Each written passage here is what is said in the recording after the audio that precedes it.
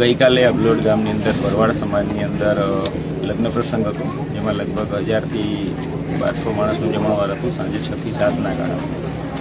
એની અંદર અમારા આશાબેનો પણ એ સમાજની અંદર આવે છે.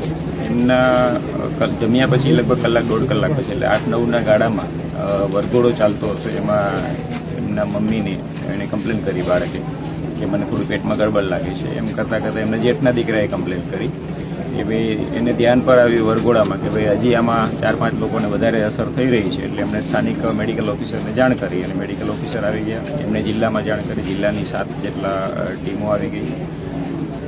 લગભગ 11-12ના ગાળાની અંદર 58 જેટલા પેશન્ટો આવી ગયા. સાથે સાથે સ્થાનિક ખાનગી ડૉક્ટરોની ટીમ પણ અહીંયા હજી ઉપલબ્ધ હતી. એમણે પણ આની અંદર મદદ કરી.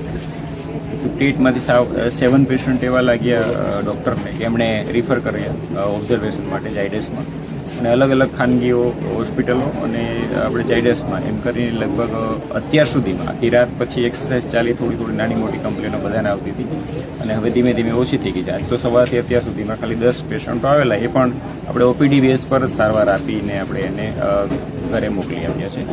એમ કરતાં 232 પેશન્ટો આપણે અત્યાર સુધી આવેલા છે. 137 પેશન્ટો અલગ અલગ હોસ્પિટલમાં આપણે જાણ્યું છે અને ત્યાંથી રેકોર્ડ્સ લીધા છે. તો 137 ડિસ્ચાર્જ થઈ ગયા છે.